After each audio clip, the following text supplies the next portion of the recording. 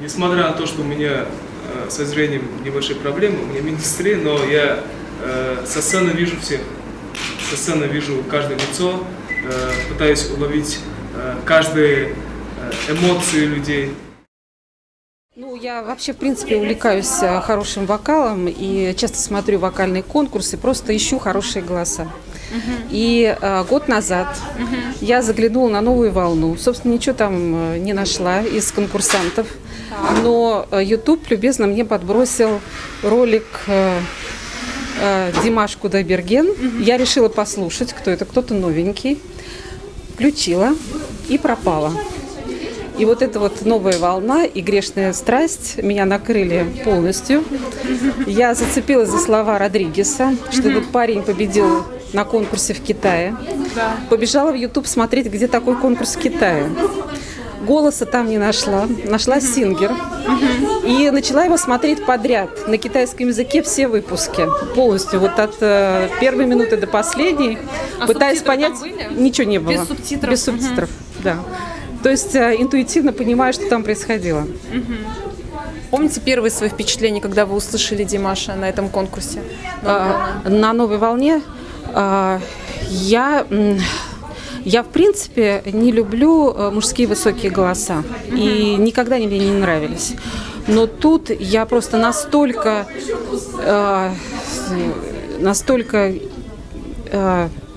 офигела.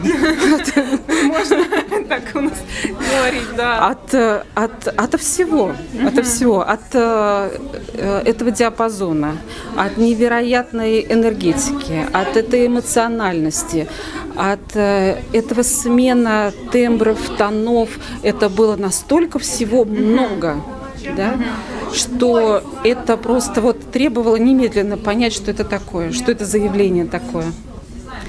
И вы поняли? Или не поняли, что это за явление? Ну, для этого потребовалось пересмотреть весь «Сингер».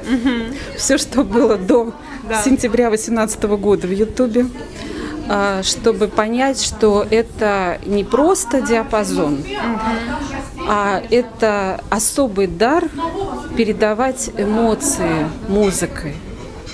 Это настолько высокий уровень артистизма. Я вот долго пыталась понять, что меня в этом цепляет, да. Ну, хорошо, поет, хорошо, да, вот, ну, вот может и так, и эдак петь, но что-то все-таки цепляет, да, это образ, который создается мгновенно и мгновенно передается пением, музыкой, и голос как инструмент. Меня всегда, вот, я это заметила, и всегда меня это удивляло, как вот этот голос, как хамелеон, да, подстраивается под любой инструмент. То есть он прям имитирует звучание инструмента. Это было и электрогитара, и скрипка была, и дудук, и саксофон. То есть это голос, который прям вот полностью копирует звучание инструмента. Очень интересное замечание. Настолько удивительно. А у вас появилась любимая песня? У меня их очень много. «Грешная страсть», конечно, потому что она первая. И мне кажется, вот до сих пор она настолько это богатый вот по разнообразию музыкальный материал. Вот как можно было простенькую песню. Я слушала одного из блогеров сравнение того, что было в начале этой песни, как она в начале звучала, и как ее сделал Димаш. Это просто две разные песни, это понятно. Он одимашивает все. Ну, я думаю, что любой исполнитель, он поет ее по-своему, песню, и привносит. Вряд ли мы найдем два абсолютно одинаковых исполнения. Вот как вы считаете, чем Димаш наполняет свои песни?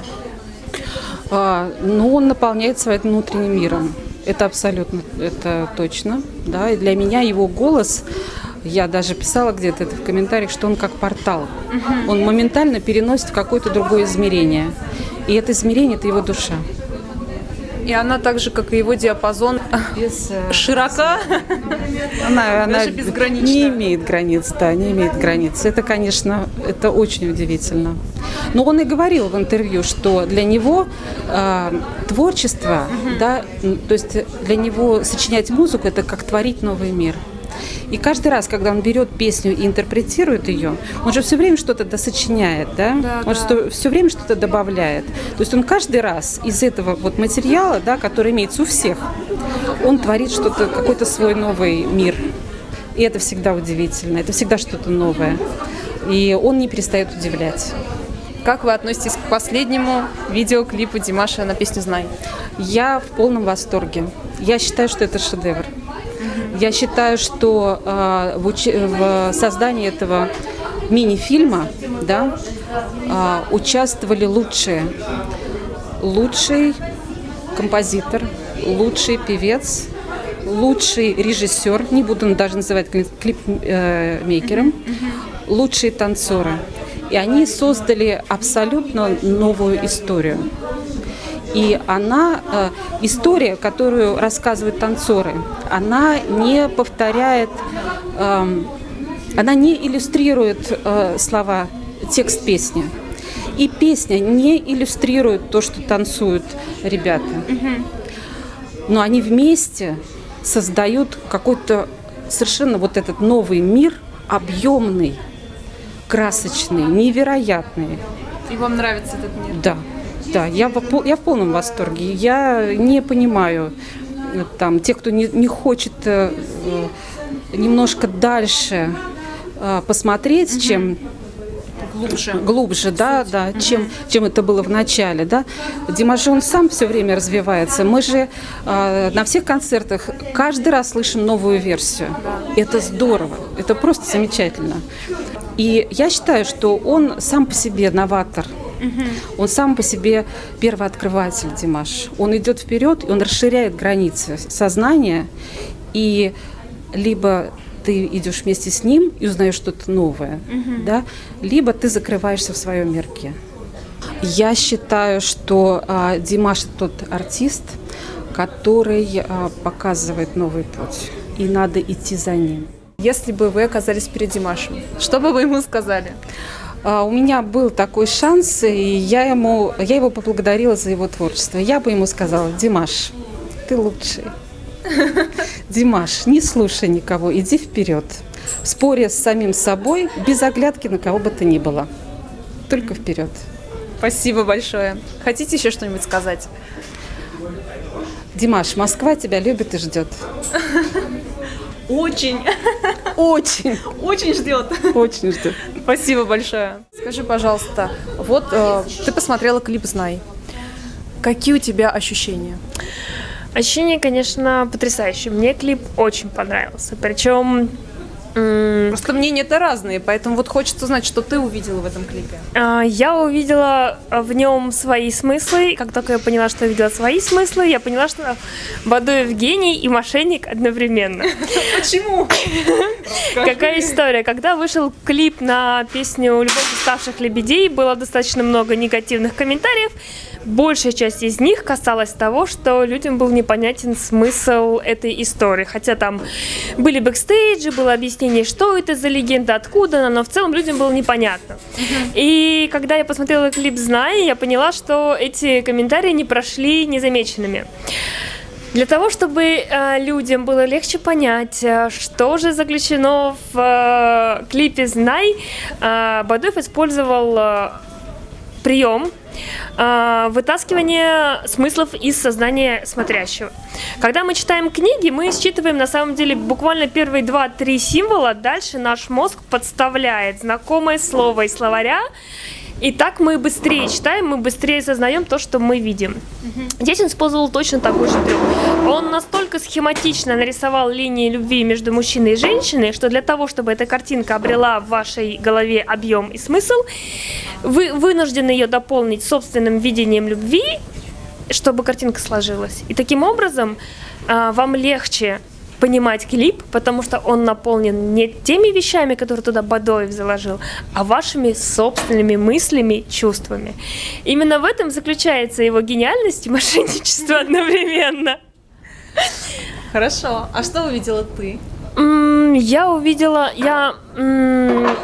Для меня отношения мужчины и женщины во многом борьба, потому что современный мир, он очень про результаты, он очень про лидерство, и для того, чтобы быть успешным, мы очень сильно меняем роли и баланс ролей между мужчиной и женщиной. Сейчас женщина, ну, если она, до того, точнее, как она станет чьей-то женой, она во многом должна вести себя как мужчина, чтобы быть успешной. Вот, и поэтому, как правило, когда вы сталкиваетесь с любовью, это в определенном смысле борьба и уступка. То есть вы должны для того, чтобы обрести гармонию, в какой-то момент друг другу уступить и перестроиться в то, как должны строиться отношения между мужчиной и женщиной, а не то, как это во многом происходит в жизни сейчас. И когда я увидела эту борьбу в клипе, я поняла, что это видение, оно слишком близко мне. Настолько близко, что у Бадоева, как у мужчины с женой, с детьми, такого быть просто не может. Он не может угадать настолько мои мысли. Значит, это не его мысль. И когда я начала за вот эту ниточку тянуть, я и вытащила, что на самом деле я свои идеи подставила. Поэтому так хорошо заходит. Поэтому искусство – это великое дело. Конечно. И в подтверждение твоей теории я не увидела там борьбы. Я увидела там свои смыслы. Я думаю, если так спросить каждого человека, кто пытался там что-либо рассмотреть, он скажет однозначно там свою теорию. А я вот это увидела, а я увидела такую любовь. Да, кто-то увидел грязь, кто-то увидел землю, кто-то увидел смерть, кто-то увидел начало истории. То есть у каждого свое. Мне кажется, вот я согласна с этим видением твоим, оно мне очень импонирует. Как ты думаешь, тогда клип «Любовь ставших лебедей» это про что? «Любовь ставших лебедей», оно больше, ну, это клип больше по сценарию, скажем. Там действительно есть эта легенда, там достаточно она, ну, прямо считывается. Там есть немножко так отсылок к национальным историям, потому что Алан Осетин, тот танец, который там использовался, это их национальный танец, это танец, обозначающий защитную позицию. Там все это, в общем-то, достаточно, ну, хорошо обосновывается и ложится в общую линию сюжетную. Но она действительно там, ну, как бы однозначная. Там единственный момент, который вызывал, скажем так, вопросы у многих, это концовка. Они просто улетели или они все-таки умерли? То есть там такой вот неоднозначный конец. И каждый выберет свой. Да, конечно, каждый выберет то, что ему ближе. По некоторые песни хорошо написанный сценарий ляжет лучше. Где-то нужно, наоборот, открывать, ну, оставлять открытый финал, да, или возможность писать открытые ответы. Песня «Знай», она очень сложная. В чем еще одна из фишек этой песни и того, почему клип так не зашел? Песня очень сложная, она вызывает очень сильный эмоциональный и мыслительный, ну, ряд собственный. Поэтому, когда, ну, мы все ждали выхода клипа, я сознательно ничего не ждала. У меня была эта ошибка с «Любовью ставших лебедей», у меня был какой-то там сценарий, и потом мне пришлось мириться с тем, что я увидела, и тем, что я себе нафантазировала. Поэтому я поняла, что так делать нельзя. И более того, ждать чего-то осмысленного на песню «Знай», ну, просто невозможно. Непонятно, что вообще ждать от такой песни. Поэтому я успокоилась, ничего не ждала и готова была смотреть и принимать то, что мне дадут. Поэтому у меня не было никаких разрывов, шаблонов, там, с тем, что я предварительно себе придумала, потому что я себе ничего не придумывала. У нас уже время, нужно убегать, да?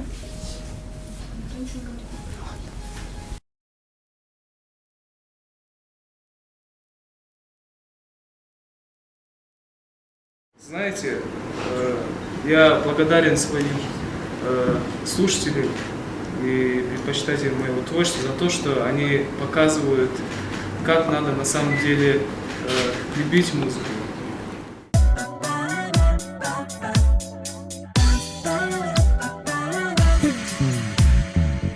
Көктем шақтамына сезім сыр ақтарыла, ғашықтық жырын өремін. Өзіңді сағынғасын, күлің көз қарындасым, алыстан іздеп келемін. Жанарыма нұр тұнып, бар дүние құлпырып, әлемге ғажап енемін. Риясыз із карманым, даланың қызғалдағын, бір саған арнап теремін.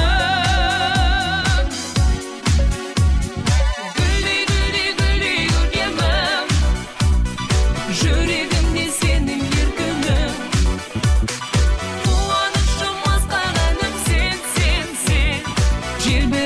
сезім жүргенмін